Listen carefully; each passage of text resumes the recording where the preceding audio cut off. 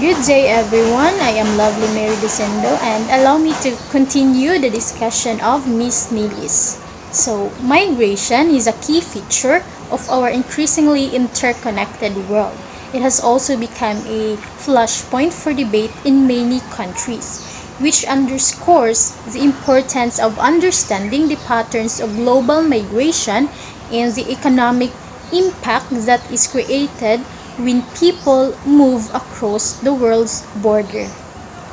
So, here's the table 1, gi-illustrate ang migrant contribution to destination country in dollars and as percentage of national GDP in the year 2015. So, migrant contribution sa ilahang giadtoan nga country.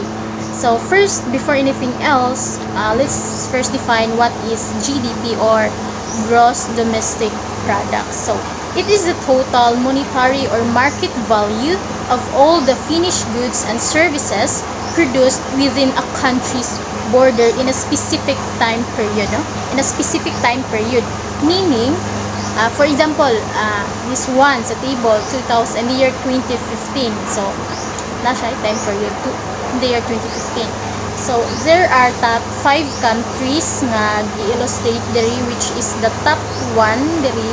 Ang gauna is the United States, which is ilahang contribution sa mga migrants ani nga country is $2 trillion. Percentage of GDP 11%. Next is Germany with a contribution of $550 billion and 17% in a percentage of GDP. The third one is the United Kingdom with a $390 billion, 14% in a percentage of GDP. The fourth one is Australia with a $330 billion, 25% sa percentage of GDP. Actually, 25% is 1/4 to 100%. One-fourth of 100%. The last one is Canada with the $320 billion ang ilahang contribution sa mga migrants. So, equivalent to 21%. So, take note ha nga kaninga table is kaninga illustration is only for the year 2015. So, migrant contributions ha, dili pa ni siya overall, mga kuan lang, ang contribution ra sa mga migrant, ang mga tawo nga niadto-dadto para mangitag trabaho.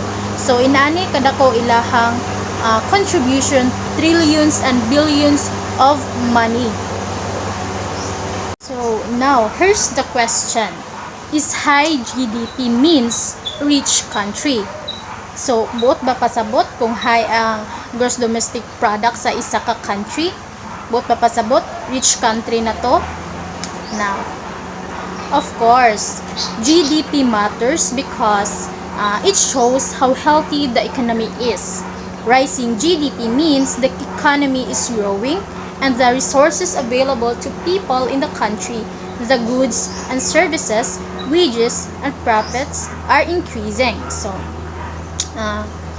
according sa ako ang research, so ang United States is a country that has a highest GDP with $19.485 trillion, followed by China, Japan and Germany. So kani siya overall na ni katong basig maglibog mo katong sa table 1 nga kung gipakita for kuan na to ang for year 2015, but in overall still ang United States gihapon ang the top sa naay pinakadako nga country nga naay pinakadako nga gross domestic product. Migrants and immigrants make an important contribution to country's economy. When more people work, productivity increases. So kung daghan ang katrabaho, of course, rich pod ang economy. Gakadaghan ang katrabaho, gaka-rich ang economy. Migrants and asset or liability to national development. So when we say asset in migration context, it refers to migrants kung if they are a good asset to boost the country's economy. In Tagalog, kung kapakipakinabang nga ba ang mga migranteng ito sa ekonomiya ng isang bansa. So, on the other hand, liability means a burden. Kung kung yung mga migrante ba iyon pabigat ba sa nasabing bansa, sa pinuntahan nilang bansa. In a speech in Paris to launch the OECD's 39th edition of the International Migration Outlook, Secretary General of the OECD, Angel Gurria, says that migration is not a liability but an asset. So according kay Angel, ang migration or migrants is dili liability but they are an asset to destination country or to receiving countries. So why are migrants an asset? So migration boasts the working age population. Migrants arrive with skills and contribute to human capital development of receiving countries. Migrants also contribute to technological progress. Understanding these impacts is important if our societies are to usefully debate the role of migration. So muna, according kay Angel, asset daw ang mga migrants. Asset man jud siya kay as what I katong sa table, kato ilang contribution that is considered as an asset, di ba? Nakatabang sila billions and trillions of money nakuha ato nga mga countries because sa mga migrants tungod nila. So asset jud siya. Kung makaingon tag liability, maybe liability sila kung unhealthy people sila. Kung for example, tambay lang sila sa isa ka country, ni ato sila nga country, unya wala sila trabaho, tambay ra sila, ni puyo ra sila nga country, unhealthy people. So everyday ga consume sila mga resources, ga consume sila, pero in return wala sila gihatag nga makapag-grow sa ekonomiya, nga makapatabang, nga ma-grow ang economy. So siguro kana makonsider sila ang mga migrants as liability kung sila nabilong sa unhealthy people. So now let's move to anti-immigrants. Kaning mga anti-immigrants, gusto nila nga ang government kanang i-control sa government ang pagpasulod og kanang mga tao gikan sa lain nga mga bansa, gikan sa mga lain nga countries. Ug ang pag-enter sa mga illegal foreigners to a specific country. So there are, according to my research, there are 4 most prominent organizations in the contemporary anti-immigrant movement. First is the Federation for American Immigration Reform, or the FAIR. The second is the Center for Immigration Studies, or the CIS. The third one is the Numbers USA, and the fourth one is the Immigration Reform Law Institute, or the IRLI.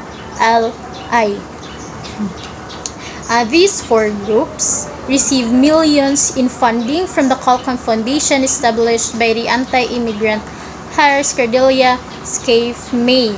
While Qualcomm Foundation has funded these groups for many years, its support for anti-immigrant groups swelled after Trump's election. Many of these anti-immigrant groups are gaining influence through political leaders who share their beliefs. So, share their beliefs. Example include the US President Donald Trump and UK Prime Minister Theresa May, who have been reversing the existing pro-immigration and refugee sympathetic policies of their states. Trump's immigration ban travel into the United States of people majority from Muslim countries. Executive Order 13769 titled Protecting the Nation from Foreign Terrorist Entry into the United States, labeled as Muslim ban. So on January 27, 2017, President Trump signed an executive order that banned travel to the US for 90 days from 7 predominantly Muslim countries: Iran, Iraq, Libya, Somalia, Sudan, Syria, and Yemen, and suspended the resettlement of all Syrian refugees. So,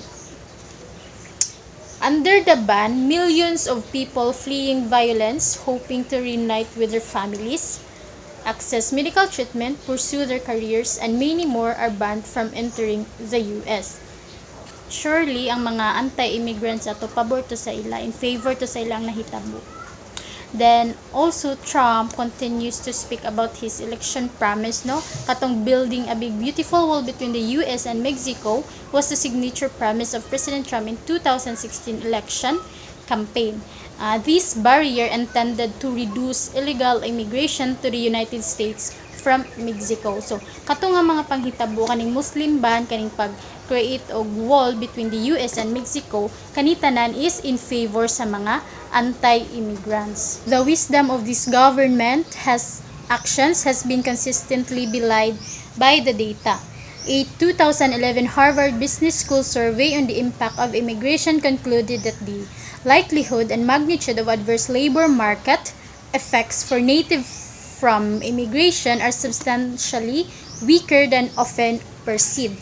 So within the large empirical literature looking at the effects of immigration on native employment and wages, most studies find only minor displacement effects even after very large immigrant flows. So on the other hand, some recent studies have found larger effects, and many studies note that the negative effects are concentrated on certain parts of the native population.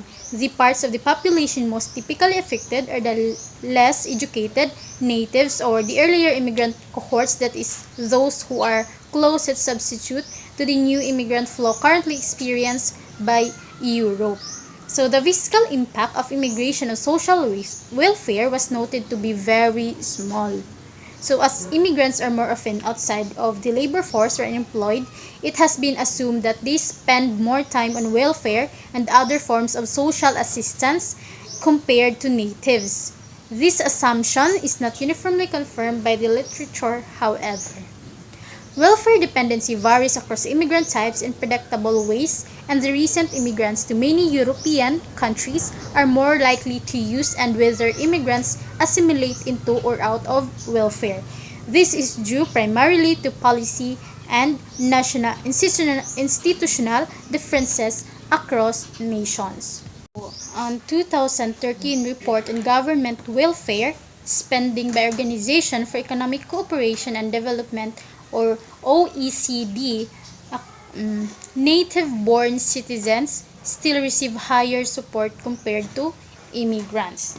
No? Ang mga native-born citizens still mas dako silang opportunity dadto sa ilahang kaugalingon nga country compared sa mga immigrants nga mga dayo lang nga naadto dito para mangitag trabaho.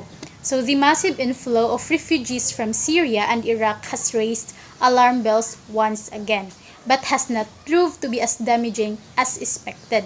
The International Monetary Fund predicted that the flow of refugees from the war in Syria and Iraq would actually grow Europe's GDP, albeit modestly. So mag-grow ang Europe's GDP, mag-grow siya but not fast, slow ang iyahang pag-grow. So, maong na ay war sa Syria and Iraq, it's because they fought against the Islamic State of Iraq and Levant.